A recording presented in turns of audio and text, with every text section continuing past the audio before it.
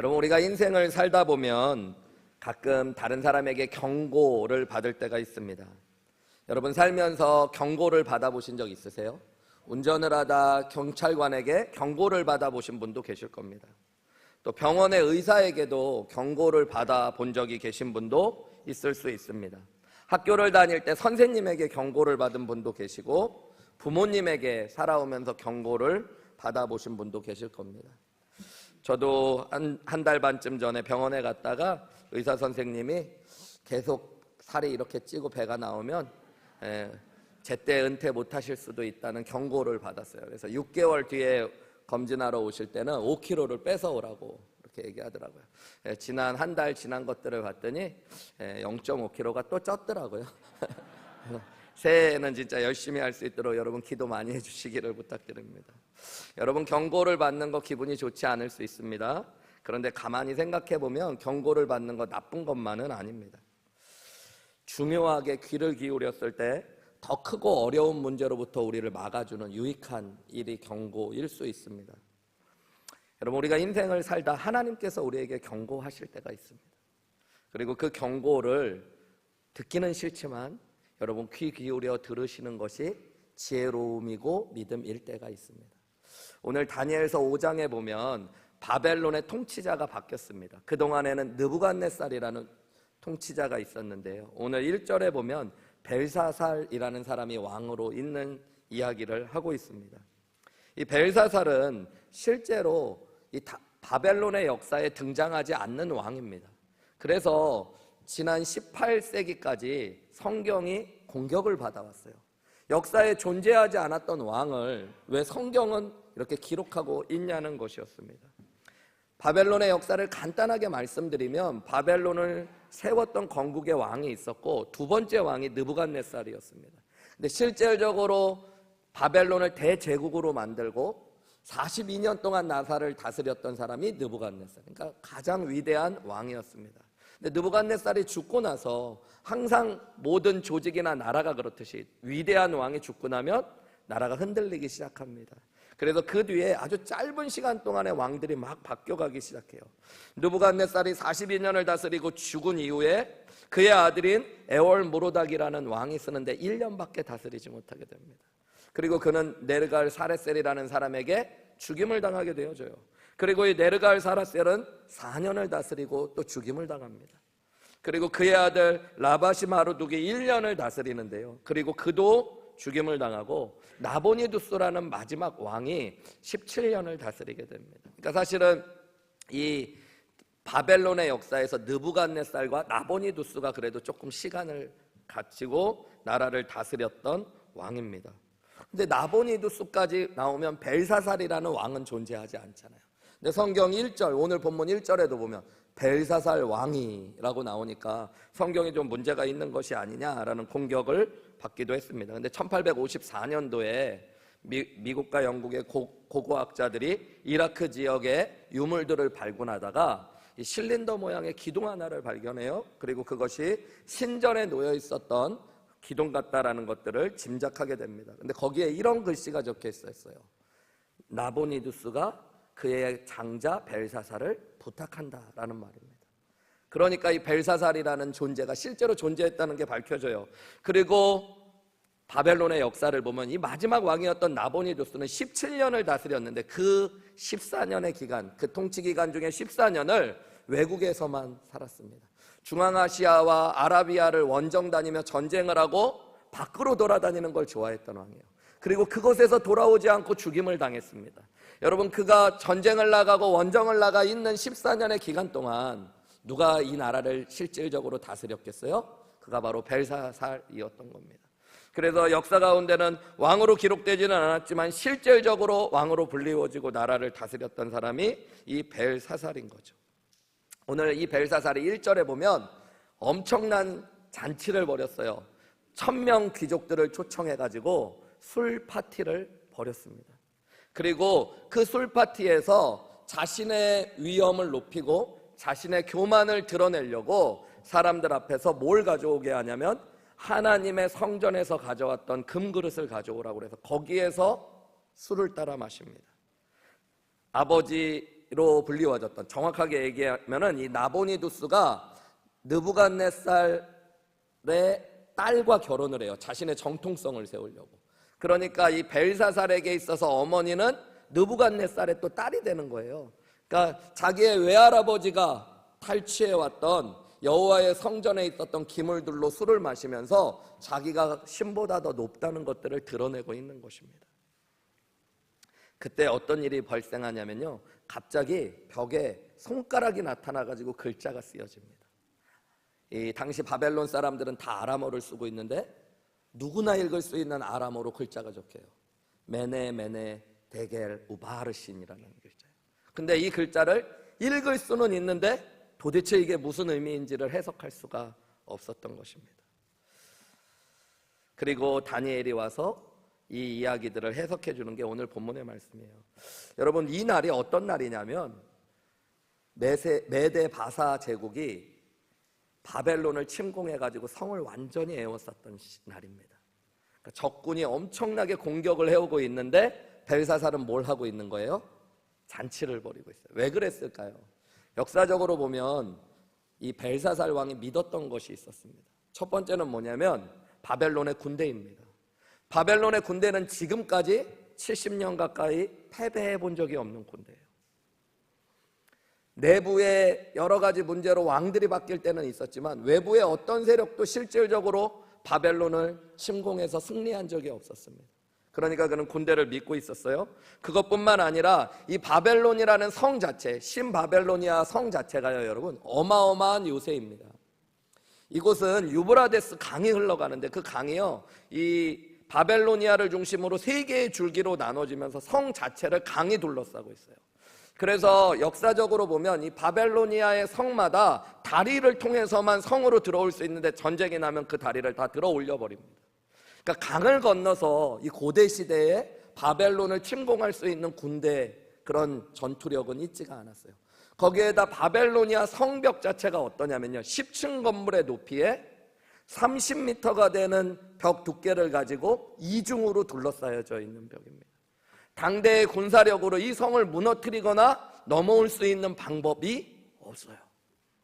그러니까 예전에도 그랬듯이 메세 바다 제국 사람들이 모여서 아무리 성을 포위하고 둘러싸도 우리는 끄떡없다.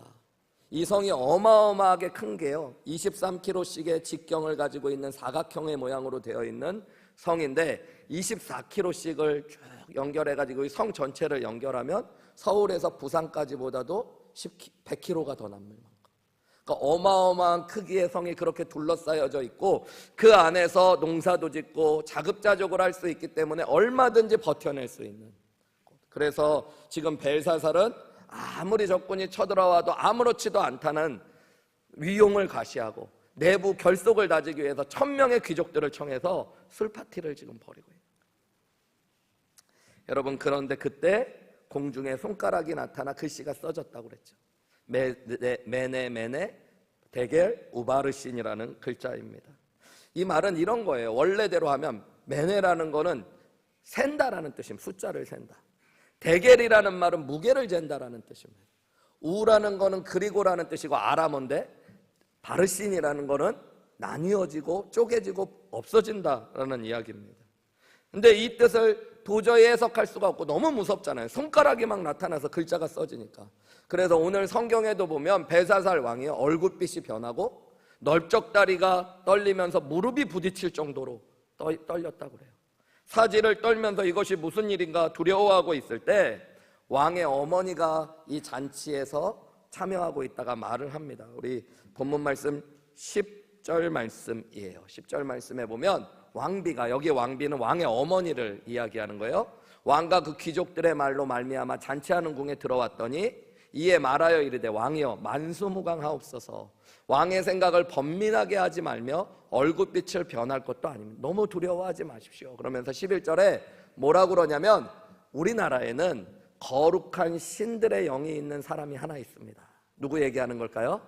다니엘을 이야기합니다. 왕의 부친 때에 라고 그러는데 여러분, 이 부친은 아버지가 왜 나보니두스인데 왜 벨사살이 이 아버지 때라고 하면서 느부갓네살 때를 이야기하나 그럴 수 있는데 아람어는 히브리어가 아람어의 방언이거든요. 근데 히브리어에도 조상들을 아버지와 똑같은 단어로 씁니다. 그러니까 이 조상들이라는 뜻이에요. 왕의 조상 중에 있던 자로서 명철과 총명과 지혜가 신들의 지혜와 같은 자가 있는데 왕의 부친 느부갓네살 왕이 그를 세워 박수와 술객과 갈대아술사와 점쟁이의 어른으로 삼으셨습니다. 12절에 보면 그가 벨드사사라는 이름으로 있는 다니엘인데 민첩하고 지식이 총명하고 능히 꿈을 해석하고 은밀한 말을 밝히며 의문을 풀 수 있는 자니까 다니엘을 부르라고 해요. 그리고 다니엘이 옵니다. 다니엘이 오고 나서 보자마자 이 말을 해석해줘요. 뭐라고 이야기하냐면 처음에 18절부터 21절까지 좀 긴 말씀인데요, 다니엘이 이런 이야기를 해요. 왕이 알고 있는 거 있지 않습니까? 외할아버지였던 느부갓네살이, 당신이 어렸을 때, 느부갓네살이 나이 들었을 때 7년 동안 하나님을 알지도 못하고 마음을 높이고 교만하다가 정신을 잃고 영광을 잃고 들에서 짐승처럼 7년을 살다가 하나님을 경배하고 제정신이 돌아왔던 것 아시지 않습니까? 라고 얘기해요. 그러면서 22절부터 23절 우리 같이 읽어볼까요? 시작. 벨사살이여, 왕은 그의 아들이 되어서 이것을 다 알고도 아직도 마음을 낮추지 아니하고, 23절 도리어 자신을 하늘의 주제보다 높이며 그의 성전 그릇을 왕 앞에서 가져다가 왕과 귀족들과 왕후들과 후궁들이 다 그것으로 술을 마시고 왕이 또 보지도 듣지도 알지도 못하는 금, 은, 구리, 새와 나무, 돌로 만든 신상들을 찬양하고 도리어 왕의 호흡을 주장하시고 왕의 모든 길을 작정하시는 하나님께 영광을 돌리지 아니했어요. 왕도 똑같이 지금 교만하고 있습니다. 알면서 왕은 마음을 낮추고 회개하지 않고 있습니다 라고 이야기하는 거예요. 그리고 나서 그 뜻을 해석합니다. 24절 말씀부터 제가 읽을게요. 이러므로 그의 앞에서 이 손가락이 나와서 이 글을 기록했나이다. 25절 기록된 글자는 이것이니 곧 메네 데겔 우바르시니라. 26절 그 글을 해석하건대 메네는 하나님이 이미 왕의 나라의 시대를 세셨다는 겁니다. 그리고 그것이 끝났다는 얘기입니다. 두 번째로 데겔은 왕을 저울에 달아 보셨다는 겁니다. 그런데 부족했다라는 이야기입니다. 세 번째는 베레스는 이 우바르신의 원형인 말인데요, 왕의 나라가 나뉘어서 메대와 바사 사람에게 내어주게 되었다. 나라가 멸망하고 무너질 것이라는 얘기입니다 라는 이야기를 합니다. 여러분, 이 이야기를 들고 벨사살 왕이 어땠을까요? 너무너무 두려웠대요. 그런데 자신을 낮추고 회개하지는 않습니다. 다니엘에게 자주색 옷을 입히고요, 금 목걸이를 씌워주고 나라의 세 번째 통치자로 삼아줘요. 왜 세 번째 통치자라고 그럴까요? 첫 번째 통치자는 나보니두스니까, 자신이 두 번째 통치자니까 자기 다음으로 제일 높은 직책을 줍니다. 그리고 들어가서 잠을 자다 결국 그날 밤 그는 죽임을 당합니다. 30절 말씀이에요. 30절 31절 그날 밤에 갈대아 왕 벨사살이 죽임을 당하였고 메대 사람 다리오가 나라를 얻었는데 그때의 다리오는 62세였더라. 여러분, 결국 바사 메대 제국이 이 성을 침공해 와서 점령합니다. 역사적으로 보면요, 강이 흘러가고 있었던 이 바벨론의 도시에 바사 메대 군대가요, 강줄기를 딴 데로 돌려버려요. 수로를 파가지고 해자를 만들어가지고, 그리고 강물이 성 안으로 들어왔던 수로들로 온 군대가 들어와서 성을 점령하게 됩니다. 여러분, 오늘 본문의 말씀, 하나님께서는 교만했고 죄악됐던 벨사살에게 지금 경고의 메시지를 보내신 거죠. 그리고 오늘 하나님께서는 저와 여러분에게도 다니엘서의 말씀을 통해 경고의 메시지를 보내고 계세요. 경고의 메시지는 앞에 말씀드린 대로 듣고 싶은 말은 아니지만 우리에게 반드시 듣고 유익하게 되는 일들이 될 수 있다는 것들을 깨달으면서 오늘 하나님께서 벨사살에게 주신 진짜 경고의 메시지가 무엇이었는지 말씀을 통해 은혜를 받는 시간이 됐으면 좋겠고요, 저와 여러분도 그 경고의 메시지 앞에 겸손하게 서셔서 하나님의 말씀에 유익을 누리시는 은혜가 있으시기를 주님의 이름으로 축복합니다. 여러분, 첫 번째로 하나님이 오늘 본문을 통해 주셨던 메시지는 삶의 인생을 세시는 하나님 앞에 우리 모두 서야 된다는 것입니다.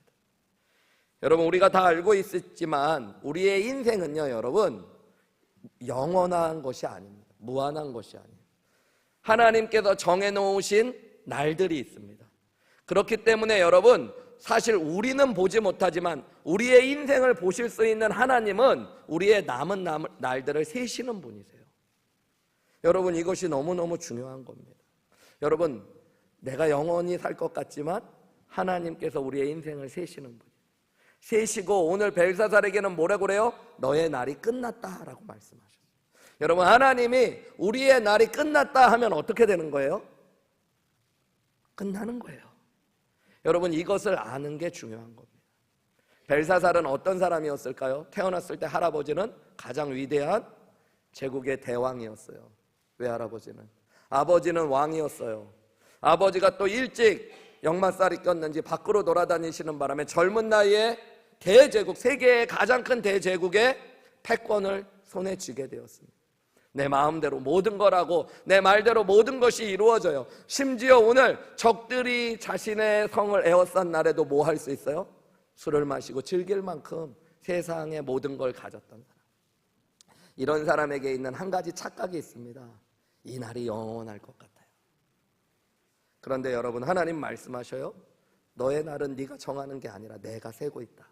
그리고 너의 날이 이제 끝났다라고 오늘 말씀하시는 거죠. 2025년 새해가 되고 몇 주가 지났어요? 3주가 지났죠. 근데 저희 교회에 3번의 장례가 있더라고요. 한 주에 한 번씩. 2025년도 첫 주에 제가 장례하고 김홍락 성도님, 또 지난주에는 우리 김상훈 장로님 장례하고, 이번 주엔 또 임미래 자매님 외에 할머님 또 장례가 있고, 저희 교회에 애놓게 섬기셨던 성도님들이 있고, 교회를 나오셨던 분들. 그러면서 깨닫는 게 있어요. 여러분, 정말로 우리는 하나님이 정해놓으신 날에 있다라는 겁니다. 오늘 본문 말씀에 보면 23절에 여러분 뭐라고 이야기하냐면, 벨사살이 왕의 호흡을 주관하시는, 후반부에 보면 왕의 호흡을 주관하시는 하나님께 영광을 돌리지 않았다라고.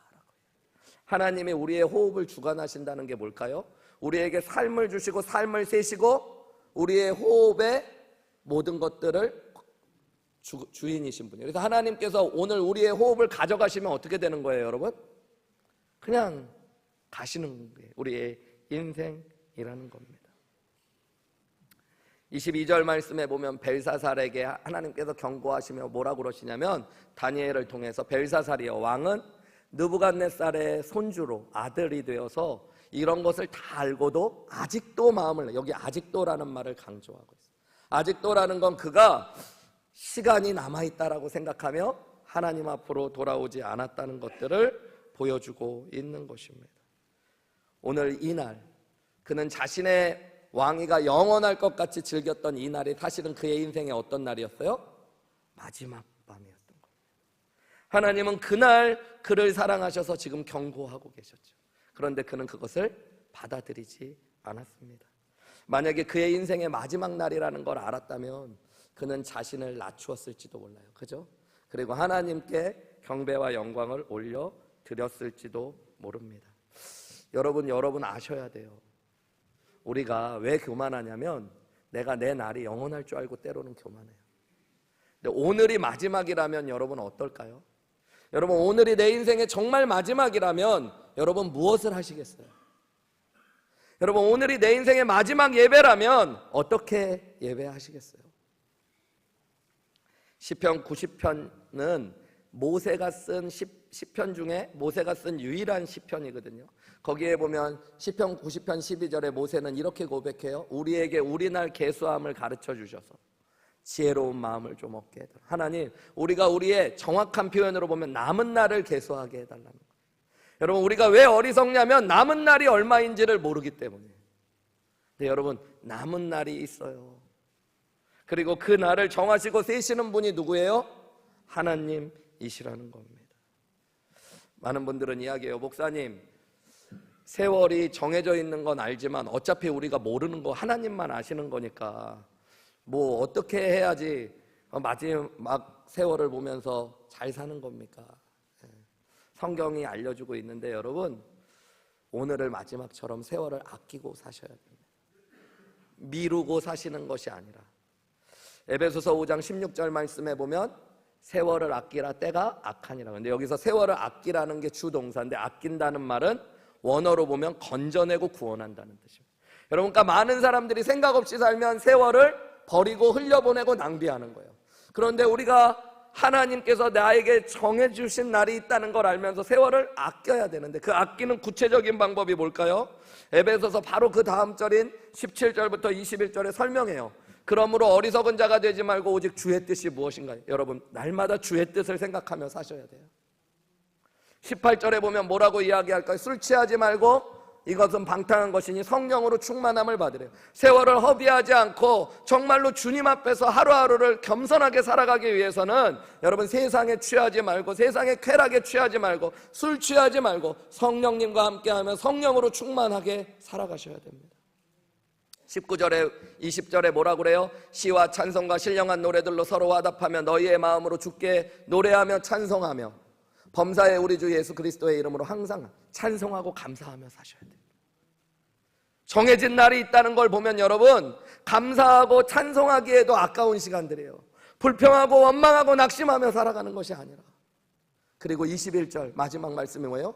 세월을 아끼는 마지막 방법, 그리스도를 경외하고 하나님을 높이고 여러분, 서로 간에 복종하고 서로를 섬겨주며 사랑하며 살아가는 것, 그게 세월을 아끼시는 거예요. 여러분, 오늘 하루를 그렇게 살아내실 수 있는 저와 여러분들이 되시기를 주님의 이름으로 축복합니다. 벨사살은 마지막까지 뭐 하는 거예요? 술 취하고 마시고 즐기고 결국에 여러분, 나라가 멸망하고 육신의 죽임을 당한 것도 안타깝지만 그의 영혼도 영원한 심판 가운데로 던져지게 된 겁니다.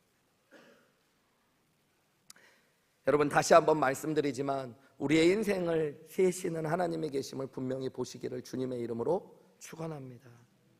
오늘 우리의 인생의 마지막 날이라는 생각을 가지고 여러분, 용서를 미루지 마시고 사랑을 미루지 마시고 오늘이 마지막이라면 예수님을 정말로 내 삶을 다해 믿고 경배하는 것 여러분 미루시겠습니까? 여러분, 예수님 앞에 온전하게 헌신하실 수 있는 귀한 은혜가 있으시기를 주님의 이름으로 축원합니다. 두 번째로 여러분, 오늘 본문의 말씀을 통해 우리가 깨달을 수 있는 하나님의 사랑의 경고는 무게를 재시는 하나님 앞에 서야 한다는 거예요. 여러분, 27절 말씀에 보면 데겔이라는 단어는 무엇이래요? 무게를 잰다는 뜻인데 하나님이 왕의 무게를 재셨고 뭐 했다는 거예요? 부족했다는 겁니다. 여러분, 하나님이 우리의 인생을 평가하시고 재십니다. 내가 세상에서 아무리 성공하고 잘 산 것 같아도 어떤 분은 그래요. 목사님, 제 인생 60몇 년 돌아봤더니 참 제 나름은 잘 산 것 같아요. 스스로 만족. 그것도 괜찮아요. 정신승리. 그런데 여러분, 중요한 건 하나님이 우리의 인생을 재셔요. 세상 사람들이 엄마 아빠 잘 사셨어요, 당신은 참 성공하고 대단한 삶을 살았어요 할지라도 하나님이 무게를 재셔서 부족하다 하면 부족한 인생이 되는 겁니다. 여러분, 우리의 인생을 진짜 재시는 분이 계시다는 걸 기억하셔야 돼요. 벨사살은 어떤 사람이에요? 세상에 부족함 없이 모든 것을 가진 사람, 사람들이 다 높이고 찬양했던 사람. 그런데 하나님은 그를 쟀더니 뭐래요? 부족해 하시는 거예요. 그래서 너는 너의 나라도 멸망할 거고 너도 심판받고 멸망할 거야. 우바르신이라고 말해요. 그래서 나뉘어지고 망한다 말씀하죠. 여러분 어떠실 것 같아요? 공정하고 엄중하신 하나님의 저울 위에 여러분의 인생의 열매를 달아보신다면 넘치시겠습니까? 부족하시겠습니까? 하나님의 저울 앞에 여러분의 믿음, 여러분의 헌신, 여러분의 인격을 달아보신다면 하나님이 뭐라고 하실까요? 넘친다 말씀하실까요? 여러분의 거룩함, 성결함을 하나님의 저울에 달아보시면 여러분, 하나님이 뭐라고 말씀하실까요? 우리는 스스로 나 정도면 괜찮지, 그래도 나 정도면 착하지.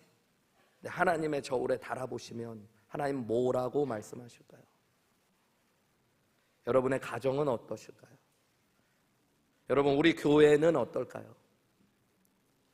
여러분, 한국과 미국은 어떨까요? 요즘 나라가 너무 혼란스러워서 미국도 그렇지만 한국도 막 어수선한데 누가 잘했는지 잘못했는지도 모르는 그 시간 가운데 여러분, 서로가 서로를 잘못했대요. 그런데 여러분, 하나님께서 결국 재실 겁니다. 그리고 모두가 부족하다고 말씀하신 겁니다.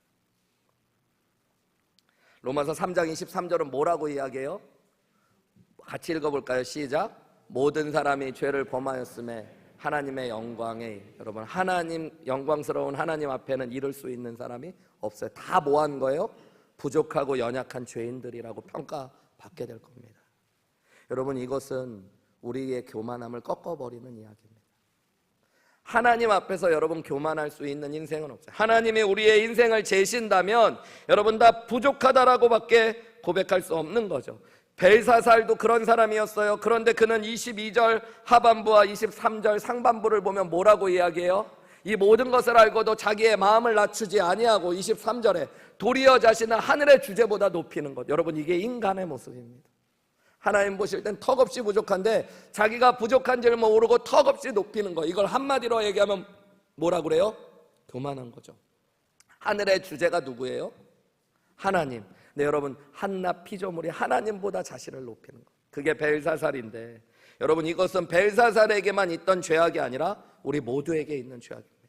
제가 여러 번 이야기했지만 인간이 죄인이라는 건 우리 안에 죄성이 있다는 거고, 여러분 죄성의 뿌리는 교만함이 있습니다.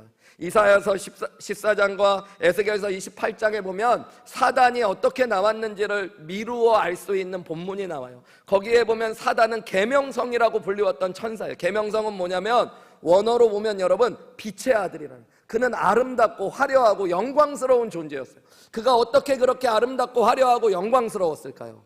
하나님이 그를 그렇게 만드셨기 때문입니다. 그런데 그가요 자신을 높이기 시작해요. 하나님을 높이는 게 아니라 내가 하나님과 견주겠다고 이야기합니다. 북극성에다가 자신의 성을 쌓고 하나님을 대적하겠다고 이야기해요. 결국에 그래서 타락하고 심판받은 게 사단입니다. 이 계명성이라는 빛의 아들이라는 말을 라틴어로 하면 루시퍼예요. 그렇게 해서 마귀는 사단이 되어진 겁니다. 마귀가 우리에게 했던 일이 그거예요. 인간의 마음에 자신이 실패했던 교만의 뿌리를 죄성으로 남겨놓은 겁니다. 그래서 인간이 죄를 범할 때 뭐예요? 선악과를 따먹으면 누구처럼 되는 거예요? 하나님처럼 되는 거예요. 그래서 우리도 심판받고 멸망하게 하려는 게 마귀의 마음. 우리 안에는요 여러분 안타깝지만 이 교만의 죄성이 뿌리 깊게 박혀져 있습니다. 하나님을 믿지 않는 사람들은 더하죠. 함부로 하나님을 이야기하고 하나님의 이름을 모욕합니다. 그런데 여러분 예수님을 믿는 사람들도 결코 다르지 않습니다. 우리 안에 여전히 죄성이 있어서 예수님을 믿고도 여러분 우리는 하나님보다 높아지려 할 때가 너무너무 많아요. 그래서 우리 안에 하나님께서 무게를 재시면 이 교만 때문에 다 부족하다라고 밖에 할 수 없는 거예요. 인간은 교만이 끝이 없습니다. 예수님을 믿는 사람들도 별반 다르지 않아요.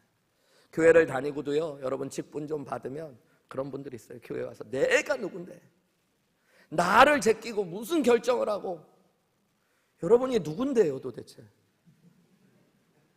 여러분 하나님의 무게의 제본 뭔 줄 아세요? 먼지만도 못한 존재들, 구원받을 수 없는 피조물들.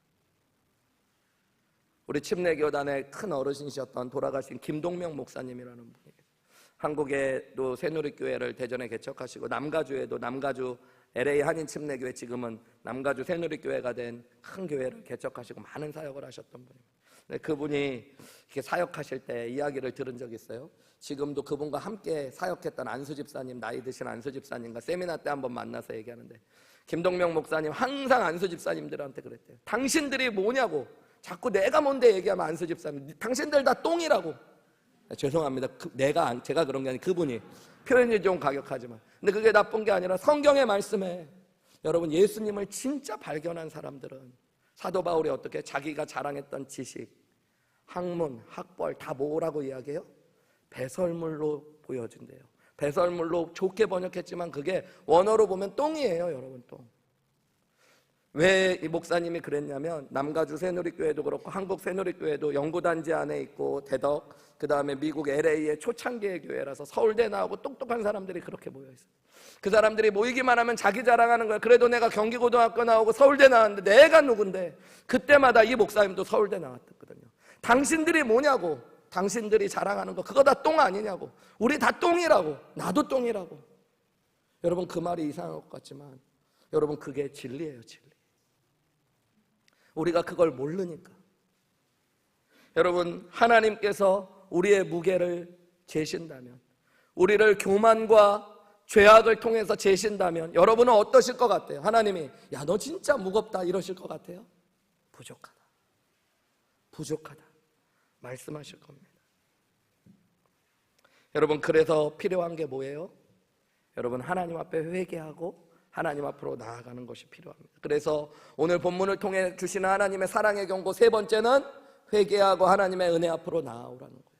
여러분, 하나님 앞에 말씀드렸지만 우리의 무게로 하나님 앞에 충분할 수 있는 사람이 있어요, 없어요? 아무도 없죠. 여러분, 그런데 우리가 결국에 하나님의 저울 앞에서 부족하고 죽을 수밖에 없고 심판받을 수밖에 없기 때문에, 데겔, 우바르신 하는 존재이기 때문에 하나밖에 없으신 하나님의 아들 예수 그리스도께서 우리를 위하여 십자가에 못 박혀 죽으시고 우리의 의가 되어주신다고 이야기한 겁니다. 여러분, 예수님을 믿는 자들은 이제 우리의 무게가 아니라 예수 그리스도의 의의 무게를 가지고 하나님 앞에 설 수 있는 존재가 되는 거예요. 여러분, 이것이 얼마나 큰 은혜입니까? 여러분, 그래서 예수님을 믿는다는 건 나의 의가 아니라 예수님의 의로 하나님의 무게 앞에 서기, 무게추 안에 서기로 결심하는 거예요. 여러분, 이 예수님을 믿는다는 것이 무엇입니까? 예수님을 믿는 게 뭐예요? 교회 다니는 게 예수님 믿는 거예요? 내가 입술로 예수님을 나의 구원자요 주님으로 고백하는 것이 그냥 예수님 믿는 겁니까? 여러분, 성경에 보면 예수님을 믿는 것은 가장 가까운 단어로 표현하는 게 회개하는 겁니다. 회개한다는 건 여러분, 방향을 그냥 조금 바꾸는 게 아니라 180도 바꾸는 것을 회개라고 이야기합니다. 회개하고 주 예수를 믿을 때 너와 내 집이 구원을 받는다고요. 그러니까 내가 예수님을 믿는다 안 믿는다는 여러분, 지식이나 입술의 고백만으로 알 수 있는 게 아니에요. 오늘 본문의 말씀에도 여러 번 읽었지만 여러분, 22절 말씀에 보면 벨사살이 뭐래요? 당신은 느부갓네살의 손주로서 이것을 다 알고도 아직도 마음을, 그가 몰랐던 게 아니에요. 여러분, 이것은 무서운 말씀이에요. 내가 아는 것이 내 구원을 보장해 주지 않는다는 겁니다. 여러분, 내가 지식을 가지고 내가 안다는 것이 심판으로부터 우리를 면하게 해주는 것이 아니라는 거예요.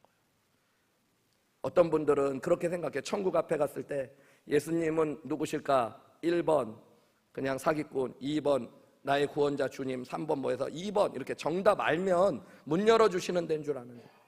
근데 여러분, 예수님을 믿는 건 내 삶의 방향을 완전히 틀어버리는 거예요. 나를 높이고 살았던 사람이 이젠 나를 낮추고 예수님을 높이는 인생으로 바꾸는 겁니다.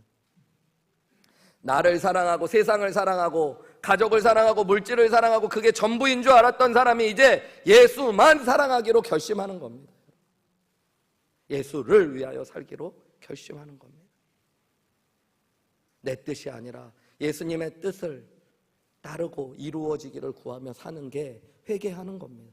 그게 예수님을 믿는 겁니다. 그것을 마음으로 믿고 입으로 고백하며 삶으로 살아내는 게 예수님을 나의 구원자요 주님으로 고백하게 되는 겁니다. 여러분, 그런 자들에게는 한없이 부족한 우리의 저울 위에 예수님의 의의 저울을 달아 우리를 하나님 앞으로 인도하신다는 것이 복음입니다. 여러분, 이것은 우리에게 축복의 말씀이고 복음의 메시지죠. 그런데 이 말은 한편으로 여러분, 두렵고 떨리는 말씀이기도 한 겁니다. 주 예수를 믿으라, 그리하면 너와 내 집이 구원을 받는다는 것. 그렇지 않으면 우리의 날을 세시고 우리의 인생을 재시는 하나님 앞에서 심판받고 멸망받는다는 메시지가 되어지는 것이죠. 여러분, 하나님이 우리의 삶에 오늘도 말씀하시고 때로는 우리에게 징계를 통해서 경고하시는 것, 그것은 은혜일 수 있습니다. 여러분, 하나님이 하나님의 자녀들을 보호하시고 더 큰 위험에서부터 벗어나게 하시고자 하나님께서 사랑의 경고를 던지시는 것, 은혜일 수 있는 거죠. 벨사살 왕은 어떻게 보면 하나님께서 사랑하신 사람입니다. 죽는 날까지 하나님이 그에게 말씀하셨잖아요. 그런데 그는 죽는 날까지 회개하고 하나님의 은혜 앞으로 돌아오지 못했어요. 여러분, 오늘 저와 여러분도 마찬가지예요. 오늘 하나님이 저와 여러분에게 말씀하신다면 여러분, 이것이 하나님이 우리를 여전히 사랑하신다는 증거인 줄 믿습니다. 그냥 교회만 왔다 갔다 하는 사람이 아니라, 말로만 예수님을 나의 구원자요 주님이라고 이야기하는 것이 아니라, 여러분, 나의 인생을 세시고 나의 인생을 제시는 하나님 앞에서 내 힘으로는 하나님 앞에 설 수 없음을 고백하고, 나의 날이 길지 않음을 고백하며 예수 그리스도의 의를 붙잡고 하나님 앞으로 내 인생을 온전히 회개할 수 있는 귀한 은혜가 저와 여러분 가운데 있으시기를 주님의 이름으로 축원합니다. 주님, 남은 인생 얼마인지 모르지만 주님 사랑하며 주님 위하여, 주님 나라 위에 살아보겠습니다. 여러분, 그 은혜가 우리 안에 있을 때, 그 회개가 우리 안에 있을 때 하나님께서 우리를 예수 그리스도의 십자가의 의를 통해 너의 무게가 이미 충분하다라고 말씀하시는 놀라운 은혜를 이룰 줄 믿습니다. 2025년도 한 해가 시작되었을 때 하나님께서 저에게 또 우리 교회에 주시는 말씀이 무엇인가 계속 고민하면서, 여러분, 우리가 정말로 제대로 예수님 믿어보기 원합니다. 말로만 예수 믿는 거 여러분 하지 마시고, 입술로만 회개하는 거 하지 마시고, 알지만 아직도 마음을 낮추지 못한 분들이 계시다면 여러분, 오늘 진짜 예수님을 믿고 회개하고 삶을 드리고 믿음으로 인생을 살아내기로 결단하시고 살아내시는 저와 여러분들이 되시기를 주님의 이름으로 축원합니다. 벨사살 왕은 정말 모든 것들을 가졌던 사람이죠.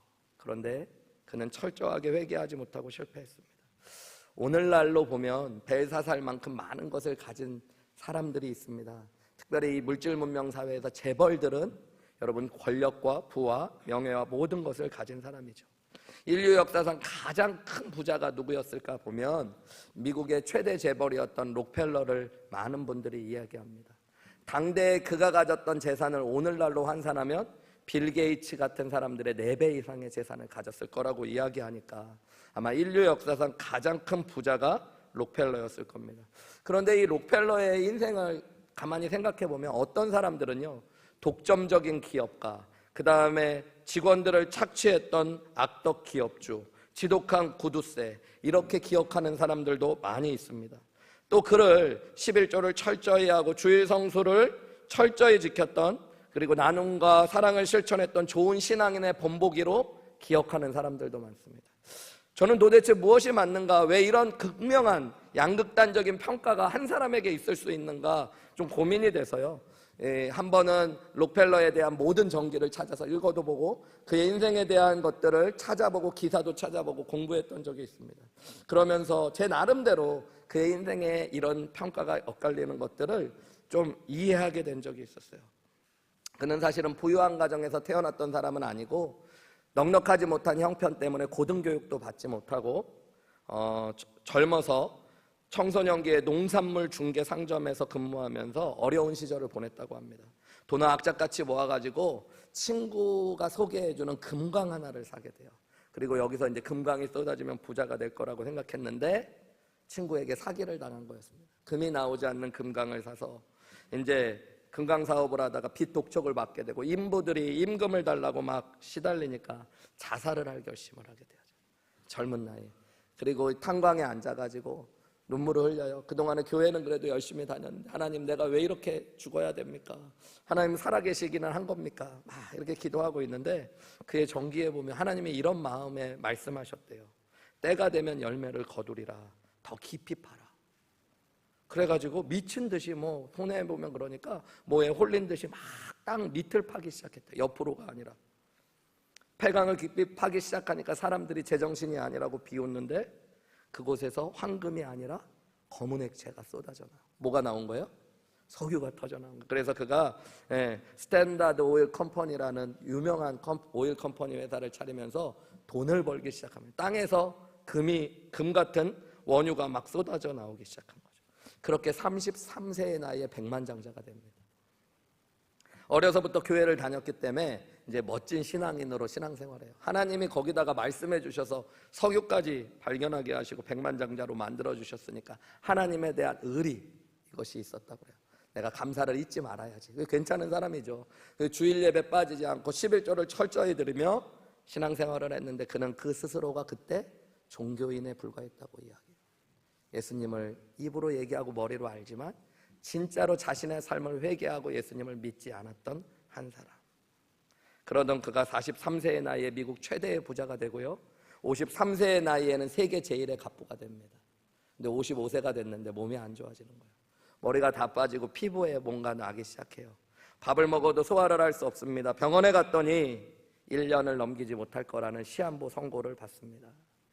심한 스트레스와 소화불량, 심한 우울증이 불치병으로 발전하여 현대의학으로는 고칠 수 없는, 그래서 1년을 넘기지 못할 것 같다라는 선고를 받습니다. 그의 인생이 1년밖에 남지 않았다는 하나님의 사랑의 경고를 그날 들은 거예요. 영원할 줄 알았는데, 모든 것을 가져서 이제는 많은 것을 누리기만 하면 될 줄 알았는데, 그리고 그날 깨닫습니다. 1년 뒤에 하나님 앞에 가면 내 인생은 안 되는데, 나는 실제로는 예수님 제대로 믿은 적이 없는데, 좋은 사람인 것처럼 사람들에게 보여주는 신앙의 모습만 있었는데, 그리고 고민을 하고 있는데 병원 로비를 걸어가다가 시끌시끌한 소리를 듣습니다. 병원비가 없으니까 딸을 퇴원시키라는 병원 측과 가난한 부모가 그래도 우리 딸을 입원시켜 주시고 수술비를 어떻게든 찾아올 테니까 고쳐달라고 애원하는 그 환자와 병원 간의 실랑이를 듣게 되어져요. 그리고 그 옆에 우두커니 앉아있는 한 병든 소녀를 보고 그 초라한 모습에서 자신의 모습을 발견하고 병원 관계자를 불러서 그 자리에서 그 소녀의 입원비와 수술비를 다 내주게 됩니다. 그리고 얼마 뒤에 록펠러가 병원에 다시 찾아갔을 때 이 소녀가 회복된 모습을 볼 수 있었어요. 그는 이렇게 고백해요. 살면서 이처럼 행복한 날이 없었다고. 자신의 인생이 무엇이 잘못되고 어떻게 살아야 되는지 깨닫는 순간이었다고. 이제는 예수님을 위해 주님의 말씀을 따라 살기로 진짜 결심하는 회심의 일들이 일어납니다. 나를 낮추고 주님을 높이며. 그리고 여러분, 하나님께서 그를 98세까지 사용하셔요. 그는 시카고 대학을 설립하고 록펠러 재단을 세워 병원과 학교, 문화사업을 펼치며 하나님의 영광을 위해 끝까지 쓰임받는 사람이 됩니다. 앞에도 이야기했듯이 그의 똑같은 인생이 한 사람의 인생을 어떻게 그렇게 극단적인 양면의 평가가 있었는가. 제가 나름 결론 내는 건 그는 진짜 인생을 180도 바꾸었기 때문입니다. 여러분, 예수님을 진짜로 믿는 여러분 되시기를 주님의 이름으로 축원합니다. 오늘 하나님이 저를 통해 여러분에게 마지막 사랑의 경고를 주고 계시는지도 모릅니다. 메네 데게알 우바르신, 내가 너의 날을 세고 있다. 오늘 하나님이 너의 날이 끝났다 말씀하실지도 모릅니다. 내가 너를 무게에 쟀다. 너의 모습이 나에게 부족하다. 그래서 너 심판받을지도 밖에 없다. 여러분, 이 메시지가 두렵고 떨리는 말씀이 돼요. 하나님, 내 힘으로 할 수 없는 것을 이제는 예수 그리스도의 의를 힘입어 하나님 앞에 나아가고자 합니다. 내 힘과 내 의지가 아닌 오직 예수님을 믿는 믿음으로 남은 인생을 살아내며 하나님 앞에 설 수 있는 인생 될 수 있도록 주님 도와주시옵소서. 여러분, 그것이 저와 여러분의 고백이 되어야 될 줄 믿습니다. 하나님의 경고 앞에 여러분, 우리의 삶을 정직하게 하나님 앞에 올려드렸으면 좋겠습니다. 미루지 말고 여러분, 오늘 회개하십시오. 그리고 진짜 예수님을 믿으십시오. 그리고 하나님 앞에 나를 세시고 재시는 주님 앞에 예수님의 의를 힘입어 함께 서실 수 있는 저와 여러분들이 되시기를 주님의 이름으로 축원합니다.